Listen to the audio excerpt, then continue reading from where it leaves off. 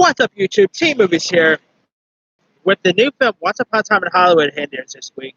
Since the film takes place in 1969 Hollywood, I decided to go ahead and do my 10 favorite movies of 1969. Now, of course, granted, 1969 was ahead of my time, but I have seen a couple of movies from 1969 that I quite enjoy. I mean, I haven't seen every movie of 1969, obviously, I've actually seen a really good chunk of 1969 films to warrant my top 10 list of. So, like, if I had a time machine, I'm really interesting movies there too. With that being said, here's my top 10 list. All right, coming in at 10 is going to be Hello Dolly.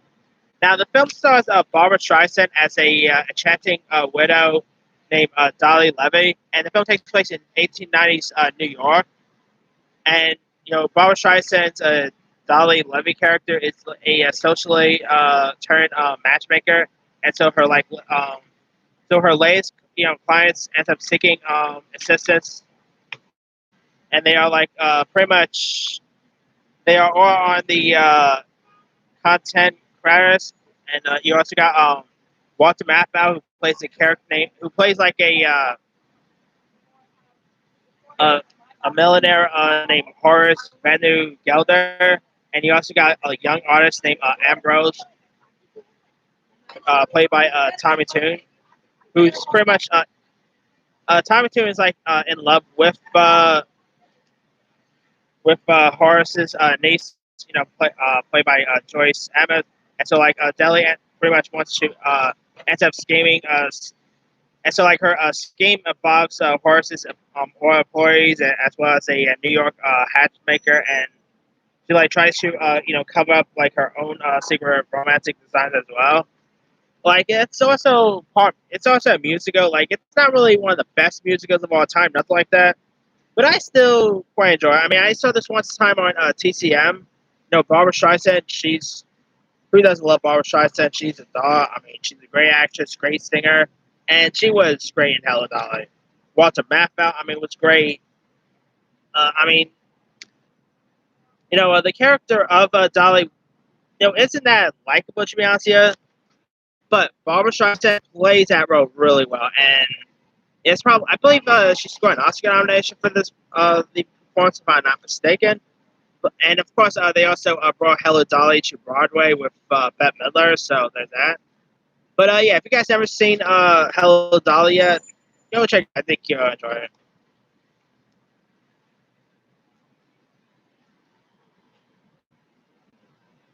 Okay. Coming in as ends in the wording, but that's pretty much the full-on actual word. And this is actually kind of more provocative for like a '60s film. I mean, like in the film, it's about where like this filmmaker named Bob Sanders, played by Robert Cope, and his wife Carol, played by Natalie Wood, are like returning to Los Angeles from a group therapy session. And Bob Sanders is also a documentary filmmaker, and so like they end up finding themselves becoming vigilante couple of counselors, and so like they end up offering advice to their best friends Ted, played by Elliot Gould, and Alice Henderson, played by Dylan Cannon. And so like the Hendersons, pretty much want to like they're like sexual tensions that happen between the four. So they all pretty much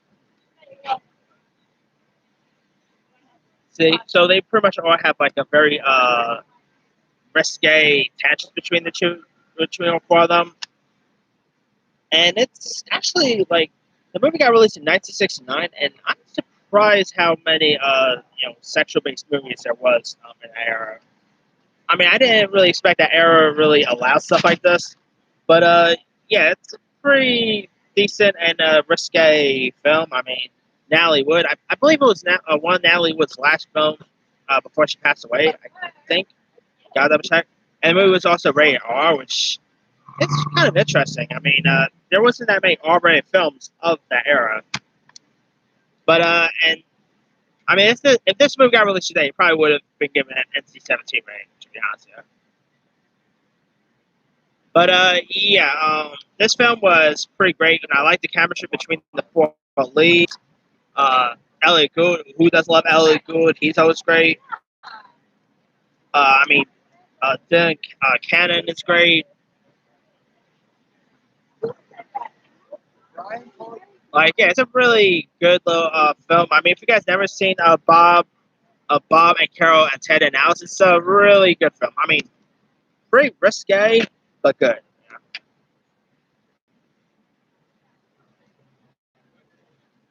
All right, coming in at number 8 is another movie that's one of the most risque movies of that era. My number 8 favorite will be Last Summer. Now, this movie is pretty intense, but it's good. Just not really a film you can really watch over and over. To be honest with you, I mean, it's about like these spoiled teens played by a very young Barbara Hershey, a very young Bruce Davison, and a very young Richard Thomas. And they are spending like a lazy summer on Fire Island, New York City. And so like I laugh. Maybe it's you. so both of the boys as well as Sandy, they pretty much meet this chubby girl and naive girl named Rhonda, played by Catherine Burns. And so like Sandy pretty much wants to like ends up nurturing and torturing her while Rhonda becomes like a figure of sport and is teased by the group. And so they pretty much do some not so great stuff to Sandy. I'm not going to go into any details because for one, I still don't know how many people have seen the movie. But Last Summer, I think it's probably one of the most underrated gems of that era. It's really crazy. I mean, the three leads are not really that likable, to be honest with you. But I mean, Barbara Hershey, I gotta say, she kind of looked good back in the days. I mean, I don't. Of course, this was way before Beaches and all that. I thought she was really. She was also really great in this. The great Bruce Davison. I mean, he's always terrific. Who does love Bruce Davison? The girl who plays Sandy, Catherine Burns, was great. I mean, the stuff that they do to her is really intense. And yeah, I don't know if you can really get away with the stuff that happens in this movie now, to be honest with you. But yeah, to be honest, I really don't even think this film could easily get made today. But maybe, I don't know, maybe with like the social media stuff, I could see social media playing a big part in this movie if this film was made today. But yeah, that being said, Last Summer is a pretty decent film. Kind of a weird film, but pretty decent.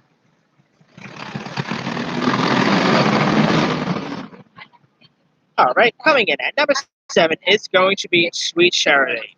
Now, this film is also a musical and stars Shelley MacLaine as a Charity Hope Valentine, who tries to look on the bright side of life, and she also is like working in a rundown dance hall, and it's like contending with similarly endless run of bad dates.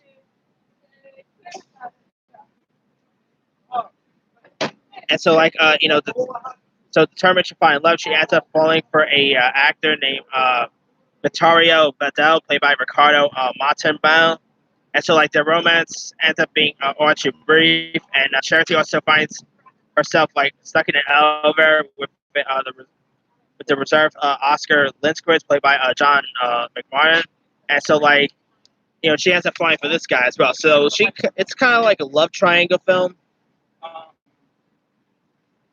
But I mean, this was like Team Jacob and Team Edward before they existed. But and it has some pretty good music. I mean, the Sweet Charity is pretty good. This is probably one of Shirley MacLaine's best work. Either she was terrific in this movie. The other actress is pretty good. I mean, can't go wrong with John McMartin, Ricardo Montalban were good. Yeah, some pretty decent performances. I believe this movie also scored like Sorry about that. Anyway, I believe this movie also scored a couple of like Oscar nominations, if I'm not mistaken. But Sweet and like Hello Dolly, Sweet Charity also went to Broadway. Like I believe Christina Applegate. Yeah, I believe Christina Applegate started on the Broadway version. But the movie version is really good. Like if you guys never seen Sweet Charity, sorry about that, guys. Anyway, if you guys never seen Sweet Charity yet, it's really good. I mean, Shirley MacLaine at the height of her career, terrific. So, all right, coming in at number 6, it's going to be Midnight Cowboy. Now, the film's about this Texas dishwasher named Joe Buck who quits his job and heads for New York City. And so, like, he's also thinking he'll lash on to some rich do-ogres. So pretty much, he is not as hospitable as he imagined, and he soon finds himself living in a abandoned building with a Dickinson layabout named Enrico Razzo Rizzo, played by Dustin Hoffman. And so, like, the two really, ends up forming a alliance, and they start to like kick. They pretty much together. They pretty much like it's like it's called a buddy film, a hustling film. It's a crime flick. I mean, great chemistry by John Voight and Dustin Hoffman. I believe Eric Roberts was also in this show, if I'm not mistaken. Really interesting film. Great chemistries all around. And yeah, if you guys never seen Midnight Cowboy, I mean, I don't know if the movie still holds up today, but it's actually a pretty decent film, man. It's pretty fun to watch at times. It also has lots of humor in it. Yeah, definitely check this one out if you guys haven't seen it. All right, coming in at number 5 is going to be Mr. Chip. Now, the film Mr. Chip is about a young school teacher named Charles Edward Chipping, played by Robert Donat, who ends up imposes strict discipline on his young charges at a Victorian era English public school. And so, like, he pretty much becomes a fearsome presence on the campus ground. But, like, the love of with the love of a spirit young suffragette, played by Catherine Ellis, who brings, like, the Latin instructor to pretty much out of his shell and makes him believe. Pretty much, he makes him a beloved campus institution in the 20th century, and there's also like the movie also there's like shadow of violence of World War One, and it's also based on a book by James Hilton. I mean, we don't really see a whole lot of World War One movies, and this is actually a really good one. I mean, the character of Chipping is a pretty cool teacher. Robert Dunlop gave such a really great. Anyway, I just fell asleep. Have that ever happened to you guys when you sit so long, your feet fell asleep? But anyway, now back to Goodbye, Mr. Chip. Yeah, it's a really good it's a really good inspiration movie. A really good film about like a teacher and all, and it's like a teacher and a student, not romance obviously, but it's like a teacher and student chemistry relationship and all. And it's a pretty good one. Like, if you guys never seen Goodbye, Mr. Chip, go check it out. I mean, they premiere this on TCM once a while, and I think you'll probably enjoy it. All right, coming in at number 4 is going to be The Wild Bunch. Now, the film is a gritty Western film, and it's about like a aging outlaw named Pike Bishop, played by William Holden, who pretty much wants to retire after one final robbery. So he's like joined by a gang, which includes a Dutch Angstrom, played by Ernest Borgnine, and brothers Lyle, played by Warren Holt, and Tector Gorge, played by Ben Johnson. And so, like, sorry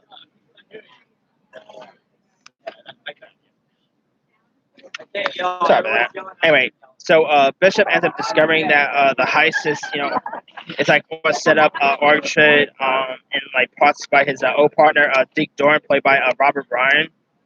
And so like pretty much the remaining gang takes refuge in Mexican territory, and so like Doran ends up trying them and ends up resulting in fierce fierce gunfights with like lots of casualties and all that. So this is probably one of the best Western movies there is. I mean, great performances by great performances by Ernest Borgnine. I mean, William Holden was great in this, and they were actually doing a remake of this with like Peter Dinklage and Michael Fassbender and Jamie Foxx might actually be doing a remake of this. So there's that. But yeah, it's a really decent Western. I mean, it's really it's probably one of the most classic Western movies there is. Great performance all around by William Holden and all that. I mean, if you guys never seen The Wild Bunch, go check it out. It's a really good one. Coming in at number three is also another Western movie, and that is Butch Cassidy and the Sundance Kid. Like, let me just say, the West, you know how we have like today is the big like we're pretty big in the comic book genre in today's world. Well, the westerns back in the days was pretty much that era's comic book films. Like like there's like so much comic book movies coming out today, but back in the '60s, '50s, and all, there was so many western movies that was coming out. So I mean, that was like their, like I said, that was their comic book films. And it's pretty much about like these two leaders who who pretty much ends up it's about like these two leaders played by of course the leaders are played by Robert Redford and Paul Newman, who plays like the two leads in this. You've got Butch, who is like all ideals, while Sundance is like all action and skill. And so like the West ends up becoming a civilized, but when Butch and Cassidy ends up robbing a train like a whole lot, and so like they pretty much have like the police behind them, and it's also a movie about friendship. Like I mean, Robert Redford, and Paul Newman were both a great duo. This movie is also based on a true story, believe it or not. Like Butch and Cassidy were actually real people. You would be on a fucking rant. They were of course outlaws, and I mean, it's definitely probably my favorite Robert Redford and Paul Newman movie. Like, of course, not so long ago I did my 10 favorite Redford and Newman movies, and of course, Butch and Cassidy, was on that list. I mean, it's a really great film. I mean, Paul Newman and Robert Redford, they just acted perfectly together. They both have really good chemistry. I mean, and they also did like a sequel to this as well, which wasn't all that good to be honest with you. But anyway, yeah, it's a still pretty good film. Like if you guys never seen Butch and Cassidy and the Sundance Kid by now, I say definitely go check it out. I mean, I think you'll actually enjoy it. All right, coming in at number two is going to be the original True Grit. Now, of course, they did had a remake of True Grit, which was directed by the Coen Brothers and starring Jeff Bridges, Matt Damon, and Josh Brolin. Now, I kind of prefer the remake over the original, but the original is still a great one. It's definitely one of my other favorite Western movies. I mean, you got like this U.S. Marshal named Rooster Cogburn, played by John Wayne, who's the man of the True Grit, and you got like this young girl named Maddie Ross, played by Kim Darby, who pretty much hires Cogburn to find the people who kidnapped who pretty much like kidnapped her father-in-law. And of course, you got Glenn Campbell as LaBeouf, who ends up joining the manhunt. Oh, not kidnapped. I meant the character of Maddie's father ends up getting killed. I might say. Sorry about that. And the villain in this is played by Jeff Corey, who was pretty good in this.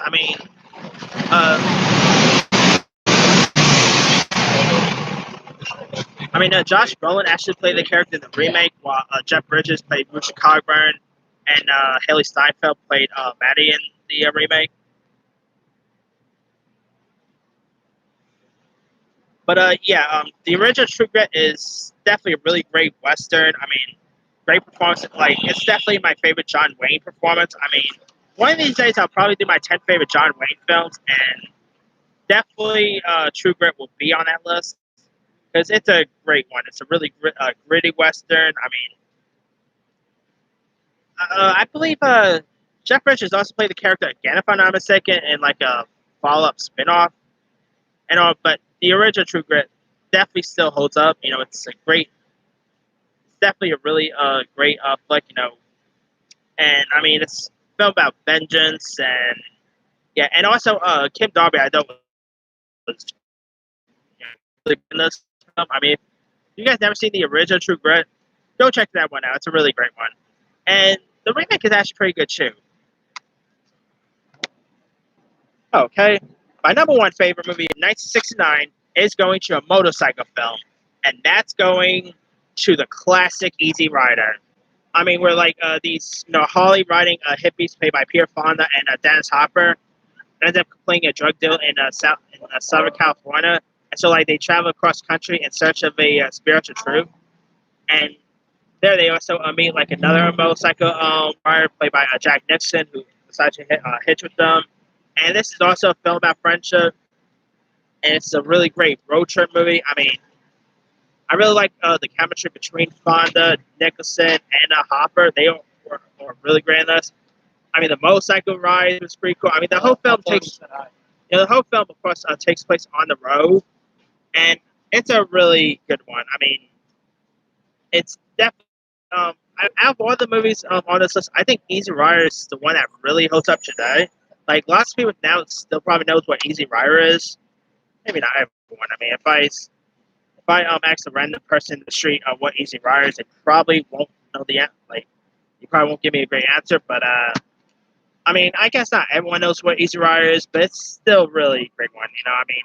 Come on, you can't go wrong with that Dennis Hopper. You can't go wrong with Jack Nixon. You can't go wrong with, And not to mention Pierre Fonda. Pierre Fonda is just the man. And yeah, I really like the Easy Rider. If you and actually, you know what? I'd be down to see a remake. I know lots of people poop on the idea of an Easy Rider remake, but you know what? I'll be down for one. Of course, the chemistry won't be as good as these chemistries, but hey, I'm a for remakes now. But still, Easy Rider is definitely my favorite movie of that year. If you guys still never seen Easy Rider by now, do yourself a favor, go check Easy Rider out. It's a classic.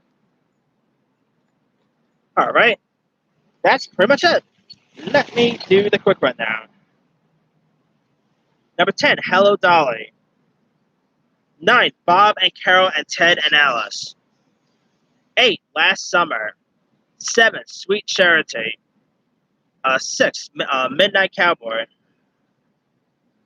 5, Goodbye, Mr. Chip. 4, The Wild Bunch. 3, Butch Cassidy and the Sundance Kid. 2, True Grit. And 1, Easy Rider. Now, there's a few other movies I probably could have added. Let's see. A few other movies of that year included a film called They Shoot Horses, Don't They? Which I don't think I've ever seen. Paint Your Wagon is a good one. The Bond film On Her Majesty's Secret Service. The original Italian Job is good. There's also Battle of Britain. That's okay. That's an okay one.